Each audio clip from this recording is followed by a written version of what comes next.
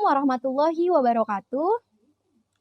Kami dari kelompok 14 yang beranggotakan saya Riana Celia Fasya Mawarhani dengan NPM 1776 dan rekan saya Tio Aji Pamungkas dengan NPM 1709. Pada kesempatan kali ini, kami akan mempresentasikan hasil diskusi kami mengenai metode penelitian yang berjudul optimasi recovery emas dengan proses sianidasi pada deposit biji emas kadar rendah.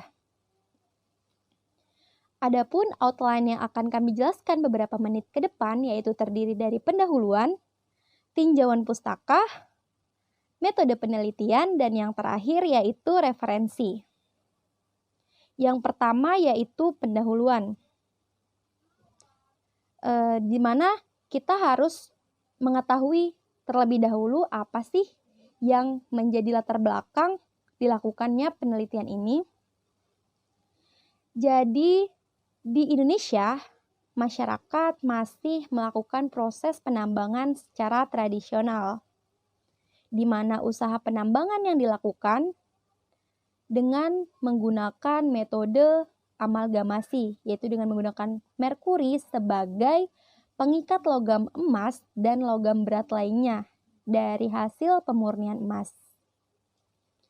Berdasarkan hasil penelitian yang pernah ada, menjelaskan bahwa hasil dari proses amalgamasi ini ternyata memiliki kadar emas yang relatif rendah, yaitu sekitar 40%. Dan juga pada proses amalgamasi ini sangat berdampak atau sangat berpengaruh terhadap lingkungan karena berbahaya dan mematikan. Karena di sini kan kita menggunakan merkuri sebagai pengikat logam emasnya. Nah, dari permasalahan tersebut sehingga dilakukanlah usaha untuk menciptakan proses pemisahan alternatif yang lebih baik lagi, di mana di sini menggunakan proses sianidasi. Lalu apa sih yang menjadi alasan kita menggunakan proses sianidasi ini? Jadi proses sianidasi ini relatif lebih ekonomis dan juga memakan waktu yang relatif singkat dibandingkan proses lainnya. Dan hasil dari proses sianidasi ini didapat perolehan emas yang relatif tinggi, yaitu di atas 90%. Proses sianidasi ini juga dapat mengekstrak biji emas dalam rentang ukuran biji dari yang kasar sampai menjadi yang halus. Sebenarnya proses sianidasi ini juga bisa berdampak kepada lingkungan atau bisa berpengaruh terhadap lingkungan. Akan tetapi, secara alamiah atau secara natural di alam, sianida ini dapat terdegradasi karena terkenanya sinar ultraviolet dari matahari, sehingga itulah menyebabkan proses sianidasi ini lebih tidak beracun atau lebih aman jika dibandingkan yang lainnya. Emas merupakan salah satu jenis logam yang memiliki banyak manfaat, di mana logam emas ini dapat digunakan sebagai bahan konduktor penghasil panas di berbagai jenis alat-alat elektronik. Adapun manfaat utama emas, mungkin teman-teman sudah tidak asing lagi, yaitu emas ini digunakan sebagai bahan perhiasan. Kemudian, teman-teman bisa lihat di layar PowerPoint tersebut adanya proses pengolahan dari biji emas oksida hingga menjadi bullion, di mana biji emas oksida ini diambil dari rompet, kemudian akan dibawa ke proses peremukan atau pengecilan ukuran menggunakan jaw crusher yang tujuannya untuk meliberasi mineral berharga dari pengotornya. Selanjutnya dari proses peremukan ini akan dibawa ke proses pengerusan atau pengecilan ukuran lanjutan dengan menggunakan semi autogenous mill, yang dimana proses pengerusan ini dilakukan dengan menggunakan media gerus berupa bola baja pejal dan juga biji itu sendiri. Nah, kemudian dari hasil proses penggerusan ini akan dibawa ke proses pengklasifikasian, yaitu untuk memisahkan partikel dalam suspensi cair berdasarkan rasio gaya sentripetal terhadap ketahanan fluida, yaitu dengan menggunakan hydrocyclone. Dari hydrocyclone ini lalu masuk ke proses pelindian atau leaching, di mana pada proses leaching ini dilakukan untuk melarutkan mineral berharga menggunakan leaching agent. Nah, setelah dari proses pelindian ini, kemudian akan dibawa ke proses elusi, yaitu merupakan proses ekstraksi suatu bahan dari bahan lainnya dengan cara mencuci menggunakan pelarut.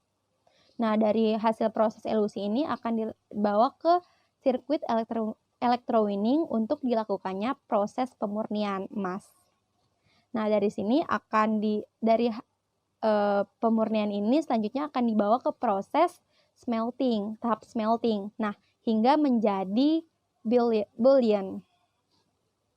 Selanjutnya yaitu tujuan dari penelitian ini adalah untuk mengetahui recovery emas pada titik optimal, leaching cyanida deposit biji kadar rendah, dan untuk mengetahui parameter utama untuk memperoleh recovery emas tertinggi. Seperti yang kita ketahui bahwa saat ini sangat sulit ditemukannya biji emas kadar tinggi, sehingga kita melakukan proses hidrometalurgi, yaitu melakukan proses pemisahan logam emas dari biji emas kadar rendah. Bagian selanjutnya yaitu tinjauan pustaka dibagi menjadi 6. Yang pertama kominusi, kedua klasifikasi, ketiga pelindian atau leaching, yang keempat elusi, dan kelima electrowinning, dan yang keenam yaitu smelting. Kominusi itu proses pereduksian ukuran menggunakan dua proses. Yang pertama yaitu crushing, yang kedua grinding. Crushing di sini itu yang berarti peremukan menggunakan alat bernama jaw crusher dan menggunakan jenis jaw crusher single toggle. Dan yang kedua grinding menggunakan alat bernama shake mill. Shake mill di sini menggunakan bola baja dan ditambahkan dengan ore itu sendiri. Lalu grinding ini biasa disebut juga pre-leaching dengan proses basah dikarenakan menggunakan air atau cairan yang ada larutan NaCN-nya. Diharapkan pada proses grinding ini memiliki ukuran akhir kurang lebih sebesar 106 mikron. Ya, proses selanjutnya yaitu klasifikasi. Klasifikasi yaitu proses pemisahan berdasarkan kecepatan pengendapan. Alat yang digunakan pada proses klasifikasi ini yaitu hydrocyclone. Hydrocyclone itu menggunakan gaya sentrifugal yang nantinya overflow akan lanjut ke proses leaching dan underflow akan dikembalikan lagi ke shake mill untuk digerus kembali. Proses yang ketiga yaitu proses leaching, yaitu proses pelarutan selektif dengan menggunakan leaching agent untuk melarutkan mineral berharga pada biji sebanyak mungkin. Teknik yang digunakan pada proses leaching kali ini yaitu agitation leaching. Dan leaching agent yang dipakai pada proses ini yaitu cyanida. Kenapa kita menggunakan cyanida? Karena cyanida ini lebih mudah bereaksi pada proses leaching emas. Adapun faktor-faktor dari leaching atau pelindian yaitu sebagai berikut. Faktor yang pertama yaitu konsentrasi. Konsentrasi dibagi menjadi dua, konsentrasi NaCN dan konsentrasi oksigen. Konsentrasi NaCN yaitu semakin tinggi konsentrasi NaCN, maka persen ekstraksi akan semakin tinggi pula. Dan yang kedua, konsentrasi oksigen yaitu telah dijelaskan oleh teori Elsner, di mana penambahan oksigen akan menambah laju leaching pada proses leaching emas ini. Faktor yang kedua yaitu pH, bisa dilihat dari diagram di samping. pH yang paling optimal yaitu 10 sampai 11. Jika pH di bawah 9, maka cyanida akan menjadi tidak stabil dan berubah fasa menjadi gas yang nantinya akan menjadi gas HCN. di mana gas HCN ini sangat berbahaya bagi lingkungan maupun para pekerja. Dan jika pH di atas 11, maka menurunkan laju pelarutan AU akibat absorpsi ion-ion OH- pada permukaan biji yang menurunkan luas permukaan AU yang aktif. Faktor yang ketiga yaitu ukuran partikel. Semakin halus ukuran partikel, maka derajat liberasi dan luas permukaan efektif semakin besar. Sehingga semakin besar kontak antara emas dan cyanida yang nantinya akan mempermudah proses leaching. Dan ukuran yang optimal pada proses leaching ini yaitu 75 sampai 150 mikron. Jika ukuran lebih dari 150 mikron, maka tidak bisa menggunakan agitation leaching karena terlalu kecil sehingga nantinya akan mempersulit proses leaching. Faktor yang keempat yaitu persen solid. Persen solid yang paling optimal yaitu sebesar 35 sampai 50% solid. Jika persen solid terlalu tinggi, maka akan terjadi penyumbatan untuk proses selanjutnya. Dan yang kedua, menurunkan laju pelindian atau leaching. Jika persen solid terlalu rendah, maka konsumsi cyanida dinaikkan sehingga dengan penggunaan cyanida yang lebih banyak, maka akan membuat proses menjadi lebih mahal. Faktor yang kelima yaitu pengadukan atau agitasi. Pengadukan sendiri yaitu meningkatkan laju pelindian karena membantu reagen terdistribusi secara merata, sehingga kontak antara reagen dan permukaan biji semakin besar sehingga mempermudah proses leaching. Faktor yang keenam yaitu waktu tinggal. Waktu tinggal ini dipengaruhi oleh karakteristik dari si biji. Adapun cara untuk menghitung waktu tinggal yaitu volume selari sesungguhnya dibagi flow rate selari tersebut. Dan biasanya waktu tinggal proses leaching selama 8 jam dan total waktu sebelum ke proses elution yaitu selama 48 jam. Dan waktu tinggal ini dapat dipercepat dengan cara meningkatkan konsentrasi oksigen dan konsentrasi NaCN. Faktor yang terakhir atau yang ketujuh yaitu temperatur. Semakin tinggi temperatur, maka semakin cepat laju pelindiannya. Namun temperatur paling optimal yaitu sebesar 85 derajat Celcius. Dan bisa dilihat pada tabel, jika lebih dari 85 derajat Celcius, maka kelarutan oksigen akan semakin turun, sehingga akan menurunkan laju pelindiannya. Proses selanjutnya yaitu proses elusi. Proses elusi di sini berguna untuk setelah dilakukan proses leaching dan adanya proses chill atau carbon in leach. Nah, dari carbon in leach ini lanjut ke proses elusi, di mana proses elusi ini berguna untuk meluruhkan emas ataupun logam lain yang terikat oleh karbon. Nah, proses elusi ini memiliki dua jenis, yaitu ZADRA dan AARL atau Anglo-America Research. ZADRA sendiri memiliki waktu proses sekitar 48 jam hingga 72 jam dan memiliki keuntungan prosesnya yang sangat sederhana ketimbang proses yang lain dan memiliki kekurangan dari segi waktunya itu yang terlalu lama. Yang kedua yaitu jenis ARL atau Anglo-America Research dan memiliki proses sekitar 8 jam dan memiliki keuntungan lebih cepat, dan kerugian yaitu penggunaan air yang sangat besar dan harus menggunakan kualitas air yang baik. Proses selanjutnya yaitu proses electrowinning, yaitu larutan eluet yang kaya AU dan Ag dari proses elusi dipompakan ke dalam sel electrowinning. Emas akan diendapkan pada permukaan katoda dan endapan ini tidak menempel kuat pada permukaan katoda karena nantinya emas itu akan diproses ke proses selanjutnya. Dan adapun reaksi yang terjadi pada proses electrowinning ini dapat dilihat sebagai berikut. Ya, proses yang terakhir yaitu proses smelting, di mana temperatur peleburan pada tanur itu sebesar 1200 derajat Celcius. Jadi setelah dilakukan proses electrowinning, endapan emas yang tadi itu dikumpulkan lalu dilebur, terdapat cairan, dan cairan tersebut dicetak dan biasa kita sebut sebagai durbulion. Kandungan emas pada durbulion ini yaitu sebesar 20% dan sisanya yaitu perak dan pengotor lainnya. Selanjutnya yaitu metode penelitian. di mana pada metode penelitian ini terdiri dari alat dan bahan yang digunakan dan juga diagram alir percobaan.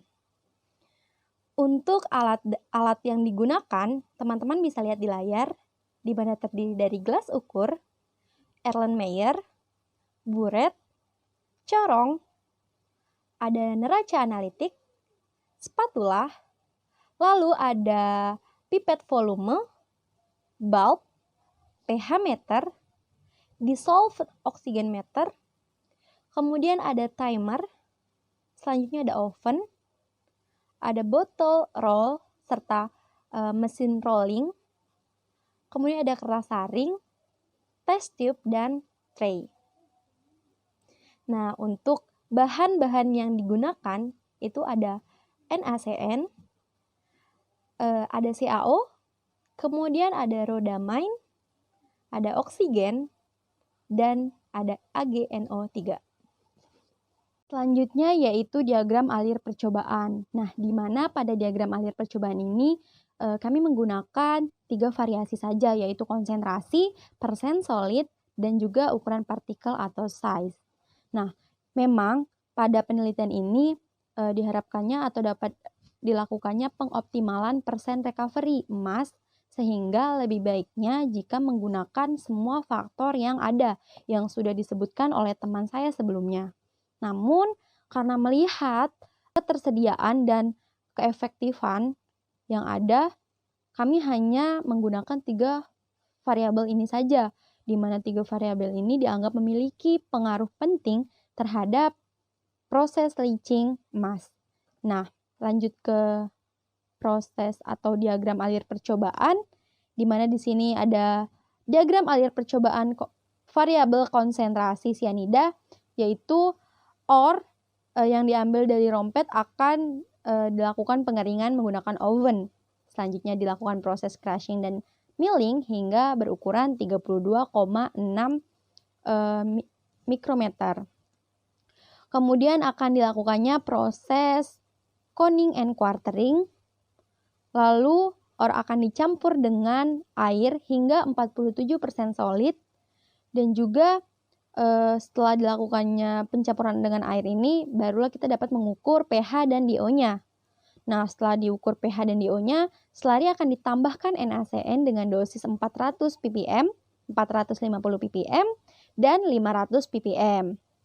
Kemudian barulah dilakukan proses leaching selama 48 jam. Nah, pada saat melakukan proses leaching selama 48 jam ini, pada 32 jam ini akan ditambahkan flokulan untuk mengambil solid. Nah, di sisi lain juga dilakukan pengecekan AU selama 2 jam, 4 jam, 8 jam, 24 jam, dan 32 jam untuk mengambil solution. Nah, kemudian setelah melakukan proses leaching selama 48 jam, barulah kadar AU dapat dianalisa di laboratorium SI dan juga persen recovery emas dapat dihitung. Kemudian untuk variabel persen solid, teman-teman bisa lihat juga di layar, di mana prosesnya hampir sama dengan proses yang sudah saya jelaskan tadi. Yang membedakan hanya saat ore dicampurkan dengan air, di mana di sini hingga 44%, 47%, dan 49%. Barulah prosesnya akan dilakukan pengukuran pH dan DO. Kemudian slurry akan ditambahkan NaCN dengan dosis 450 ppm. Nah, selanjutnya barulah dilakukan proses leaching selama 48 jam.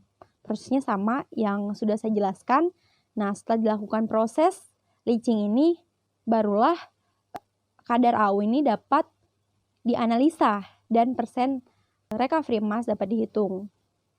Kemudian yang terakhir yaitu variabel atau pengaruh ukuran partikel, di mana tentu di sini yang membedakan saat proses crushing dan milling, di mana akan dilakukan pengecilan ukuran hingga 32,6 mikrometer, 36,2 mikrometer, dan 40,9 mikrometer. Kemudian dilakukannya proses coning and quartering, dan juga ore akan ditambahkan dengan air hingga 47%. Lalu kita dapat mengukur pH dan DO-nya. Nah, selanjutnya slurry akan ditambahkan NaCN dengan dosis 450 ppm. Kemudian dilakukannya proses leaching selama 48 jam. Nah, setelah dilakukan proses leaching selama 48 jam ini, kadar AU dapat dianalisa di laboratorium SI dan juga persen recovery emas dapat dihitung. Seperti itu. Barulah muncul data untuk dilakukan pengolahan. Nah, ini merupakan referensi yang kami gunakan selama pembuatan PowerPoint ini. Dan mungkin itu saja dari kami. Kurang dan lebihnya mohon maaf. Apabila ada pertanyaan dipersilakan. Wabillahi taufiq wal hidayah. Wassalamualaikum warahmatullahi wabarakatuh.